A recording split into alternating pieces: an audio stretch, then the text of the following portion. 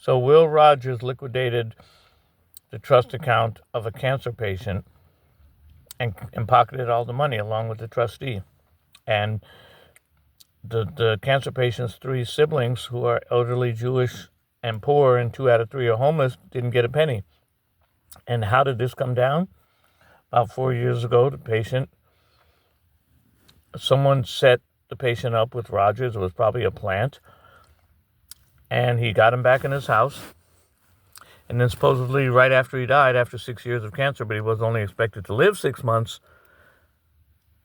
Rogers comes up with a will trust that he supposedly wrote 4 months before he died after 4 liver comas. Like he was really confident to write a trust after 3 weeks in the hospital, 4 times in a row, unconscious in a deadly liver coma. Nevertheless,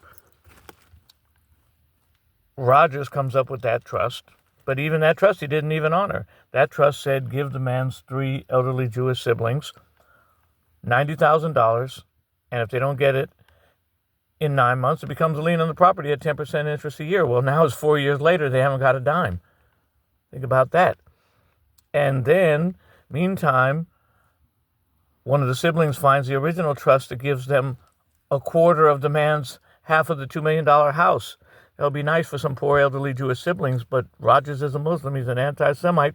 So before the court could decide which trust is legitimate, he helps the Hasidic Orthodox trustee, Yehuda Ferris, sell the cancer patient's half of the $2 million house that he worked like a dog for 37 years before he died.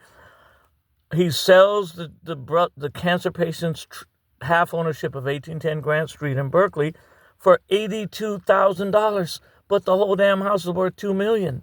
But he sells it for $82,000, and he says, "Well, why don't you just take like $15,000 each? $15,000 supposed to be $90,000 plus interest every year."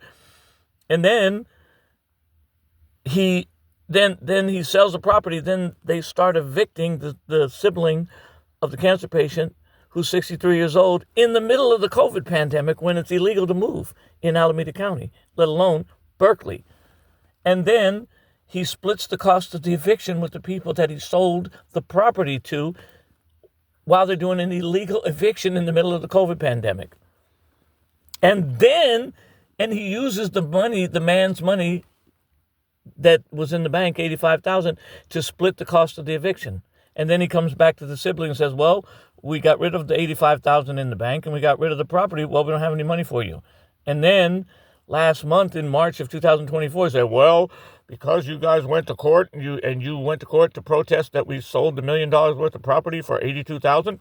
Well, sorry, Rogers got all that money because one sibling filed so many darn hearings, he had to keep going to court, so we had to pay him like $80,000 in attorney's fees." That's why this guy is a crook and an anti-Semite, and he doesn't look too healthy. He could be a drug addict, and his wife looks like a drug addict too. I mean, it's just a possibility. Case number RP 221-20163. You heard it first here